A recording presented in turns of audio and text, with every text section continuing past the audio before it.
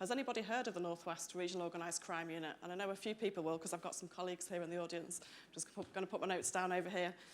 So yeah, we're basically, if you haven't heard of us, 6 police forces who all collaborate and work together to tackle cybercrime.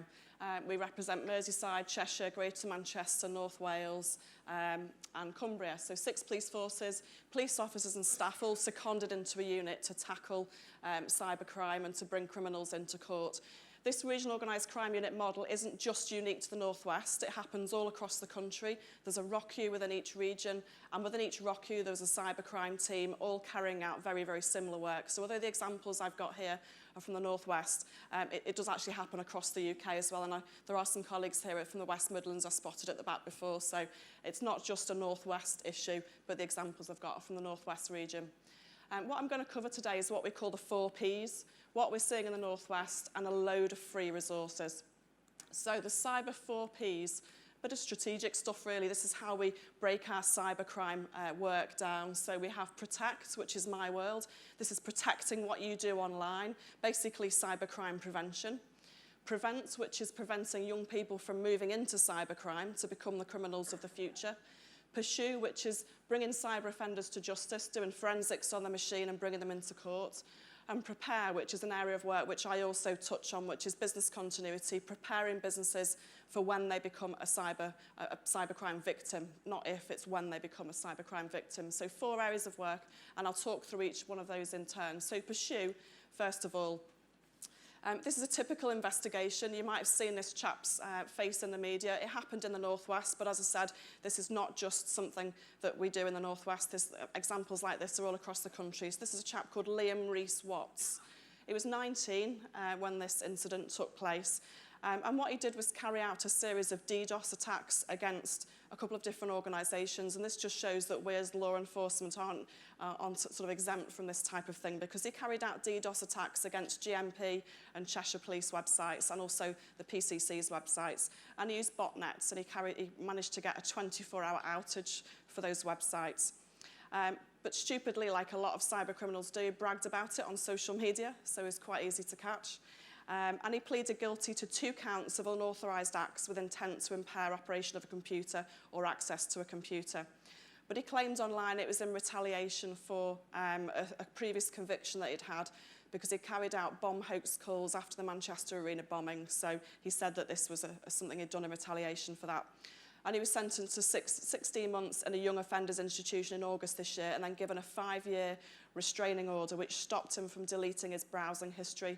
It's just a typical example of the sorts of things we do. We catch criminals carrying out DDoS attacks, we catch them making malware, we catch them carrying out big frauds. So we do catch criminals all the time. Unfortunately, it doesn't often make the news because it's not as sexy as WannaCry or TalkTalk, that sort of thing. But there are examples like this all the time. They're just not, unfortunately, making the headlines. Prevent is a relatively new area of work, and this is around the Computer Misuse Act. So what our Prevent team do is work to raise awareness of the Computer Misuse Act in schools. So at the moment in schools, young kids are taught around the dangers of being online, so online bullying, online sexting.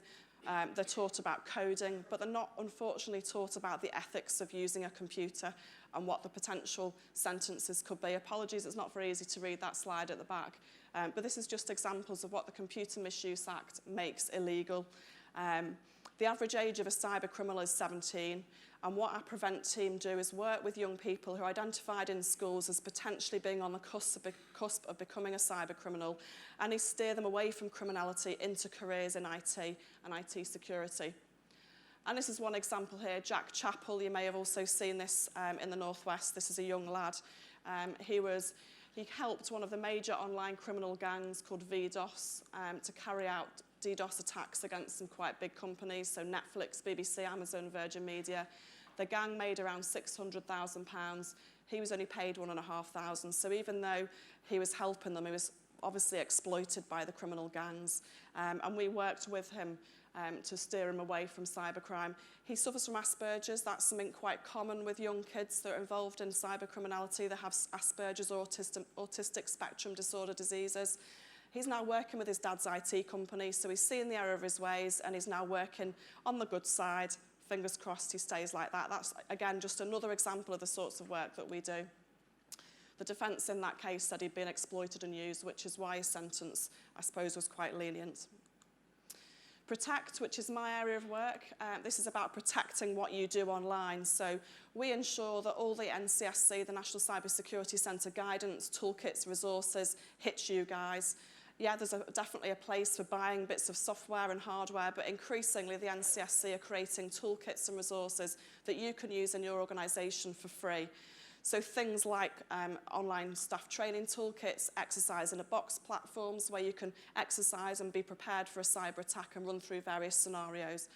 And our role is to go out and speak at events like this and talk to businesses to make sure they're aware of what those toolkits are and what the national guidance is. And I've got examples of those in a second.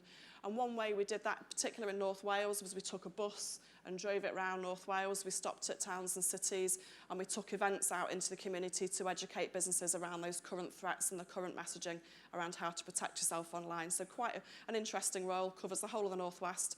At the moment, there's only me covering 6 police forces, so it's a challenge. And this is where you guys come in to help to spread the word about what those resources are. Prepare, which is our last P, is exercising. So preparing your business for when you become a victim of a cybercrime. And there's loads of free resources out there. So Exercise in a Box. Anyone used Exercise in a Box? Anyone heard of it? A couple of people used it. Okay, it's a brilliant, free, online, safe, secure environment where you can run cyber exercises.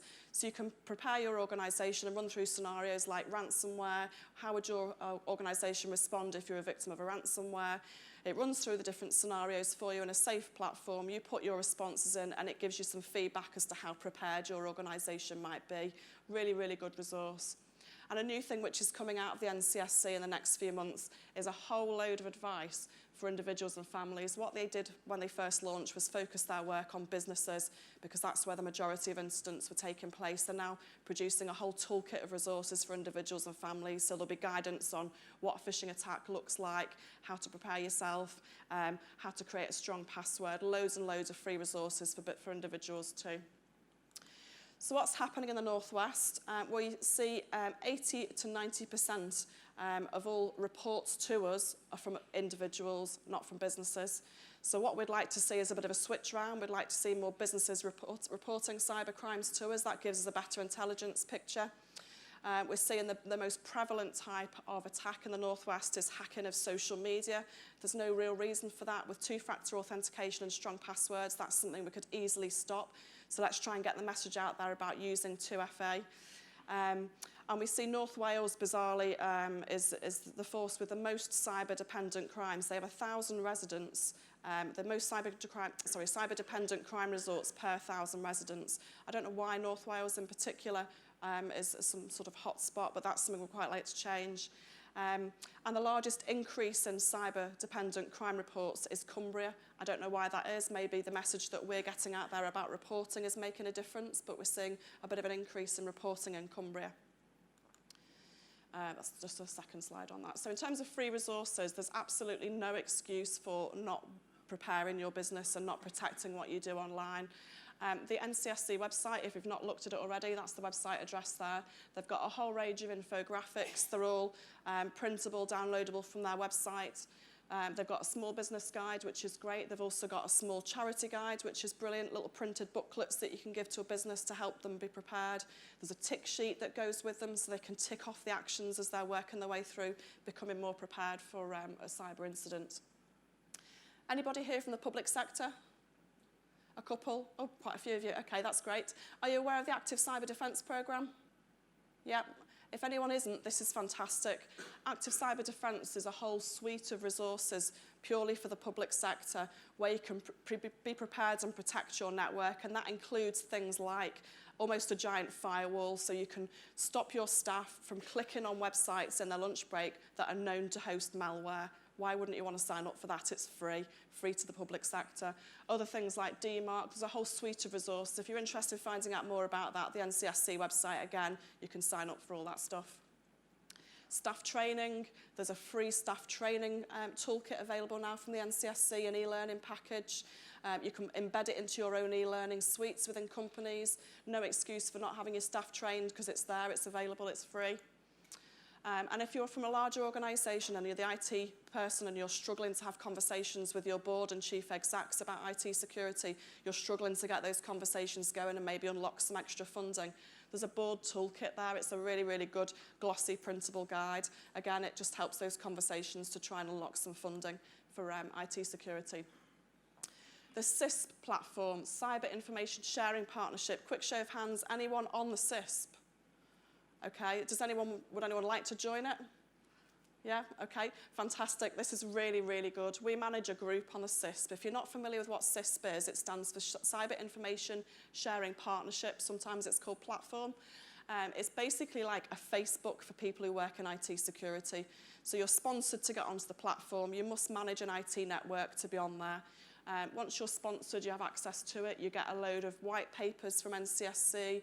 You get access to the latest threat intel. So if your business is reporting or seeing a strange increase in something, you can let other businesses know about that, and then you can learn from other businesses about what they're seeing and maybe block IP addresses coming into your organisation. It's managed by NCSC, as I said, but we also have groups on there. So if you're particularly interested in Drydex banking malware, there's a group about that. If you're from the automotive sector, there's a group about that. If from the local authority, there's a group for them. And we also manage a group for Northwest businesses. We have meetups once or twice a year. So if you want to put a face to people who are in a similar role to you in the Northwest from different businesses, we host meetups. So a great platform. You need to be sponsored to join it, and I'm happy to sponsor people from this conference day if you wanted to get onto that platform. It's a really, really good resource. It gives you that early warning of cyber threats. So when WannaCry happened, the conversation's taking place all across SISP about that. So very, very quick. I don't even know whether I've covered my 5 minutes or my 15 minutes. How long have I got? 2 minutes. Brilliant. Okay. So the title of this conference is The Future of Cybersecurity. So my view around the future of cybersecurity in terms of how law enforcement are going to deal with it. I see quite a rosy future. Maybe I'm wearing rose-tinted glasses, but since I've been in my role in the last 5 years, I've seen an increase in reporting of cybercrime. So we're getting a better intelligence picture.